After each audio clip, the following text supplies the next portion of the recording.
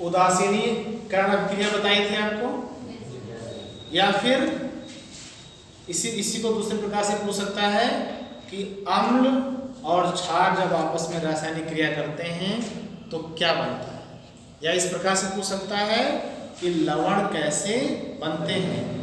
तो ये प्रश्न किसी प्रकार से पूछ सकता है, लेकिन उत्तर हमेशा एक ही रहेगा कि जब कोई अम्ल किसी लवण के साथ क्रिया करता है तो जब कोई अम्ल किसी क्षारक के साथ क्रिया करता है तो सदैव लवण और जल का निर्माण करता है।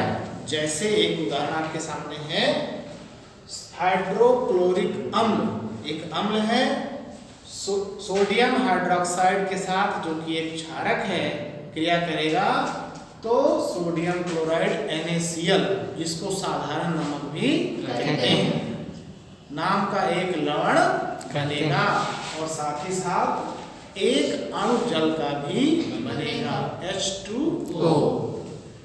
ठीक, अब देखो यह एक रासायनिक अपक्रिया है।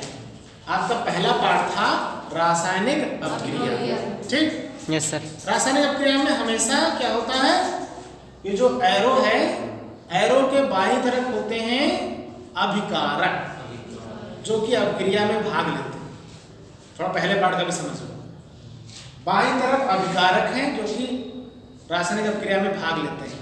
यहाँ पे अभिकारक कौन है, HCl और सोडियम हाइड्रोक्साइड, ये अभिकारक हैं, ये अपक्रिया में भाग ले रहे हैं।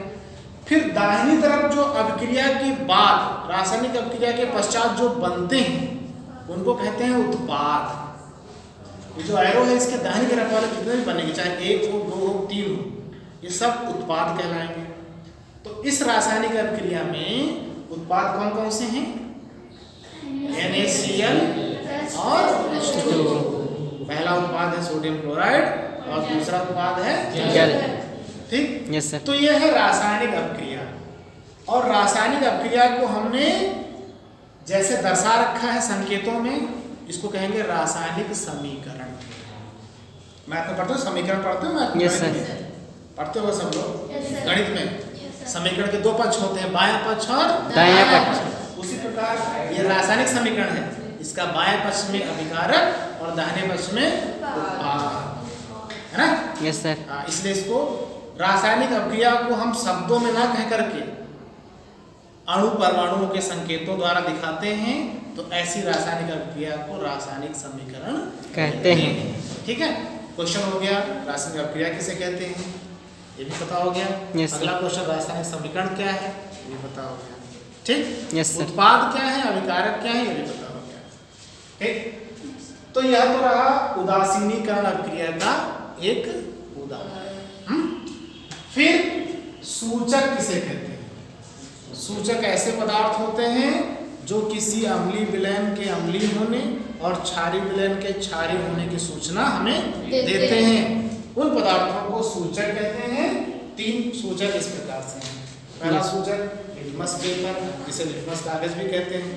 दूसरा सूचक मेथिल ऑरेंज और तीसरा सूचक फिनाल्फथेलिन। 3 याद कर लेना हमेशा अभी से, क्योंकि 2 महीने बाद परीक्षा है आपकी, है ना। तो जो लिखते जाए मेहनत करो 2-3 महीने, पर डे खूब पढ़ो 3-4 घंटे। हाँ, यस सर। अब जैसे 2 हमारे पास 2 विलयन हैं, जिनमें से एक क्षारीय विलयन है और अम्लीय विलयन है। हमें पता नहीं कौन सा क्षारीय कौन सा अम्लीय, तो हम इन सूचक में से किसी एक सूचक को ले लेंगे। जैसे हमने लिया लिटमस पेपर, तो लिटमस पेपर 2 प्रकार के होते हैं, नीला लिटमस पेपर और लाल लिटमस पेपर। दोनों को इसमें डुबोया पहले वाले में, तो अगर नीला लिटमस कागज लाल रंग में बदल जाए तो हम कहेंगे यह विलयन अम्ल है, ये अम्ल का विलयन है। और अगर लाल लिटमस पेपर नीले रंग में बदल जाए तो हम कहेंगे यह विलयन क्षारक का है। ठीक है, यस सर। तो ऐसे पदार्थ जो किसी विलयन को के अम्लीय होने या क्षारीय होने की सूचना देते हैं सूचक कहलाते हैं। सूचक इस प्रकार से हैं, लिटमस पेपर, मेथिल ऑरेंज और फिनाल्फथेलिन। तीनों याद कर लेना, परीक्षा के लिए बहुत